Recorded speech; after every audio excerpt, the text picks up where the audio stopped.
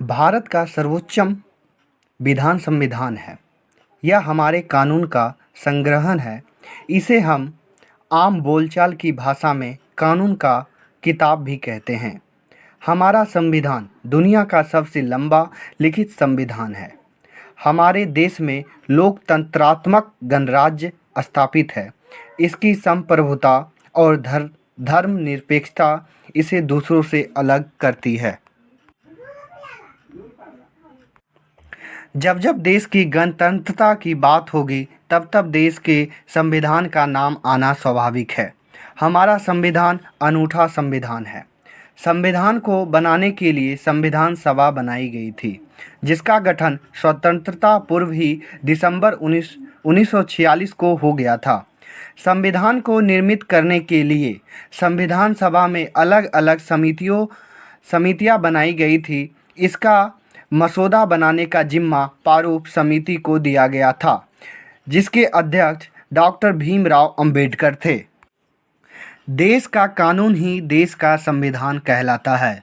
इसे धर्मशास्त्र, विधि शास्त्र आदि नामों से भी जाना जाता है।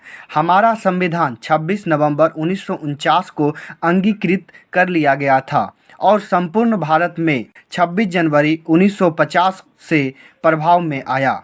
इसे पूर्णतः बनने में 2 साल 11 महीने और 18 दिनों का वक्त लगा। इसके लिए 114 दिनों तक बहस चली। कुल 12 अधिवेशन किए गए। लास्ट डे 284 लोगों ने इस पर साइन किए।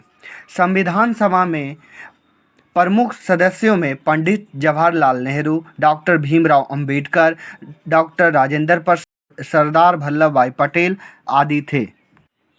भारत के संविधान में शुरुआत में 395 अनुच्छेद, 22 भाग और 8 अनुसूचियां थी, जो अब बढ़कर 448 अनुच्छेद, 25 भाग और 12 अनुसूचियां हो गई है।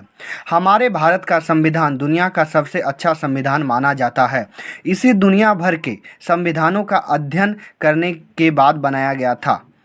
इन सभी देशों की अच्छी अच्छी बातों को आत्मसात किया गया है।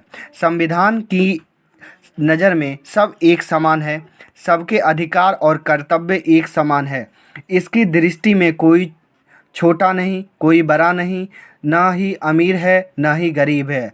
सबके लिए एक जैसे पुरस्कार और दंड का विधान है। हमारे संविधान में बहुत सारी खूबियां हैं और कुछ खामियां भी, जिसे समय समय पर दूर किया जा रहा है। Thank you for watching this video. जय हिंद।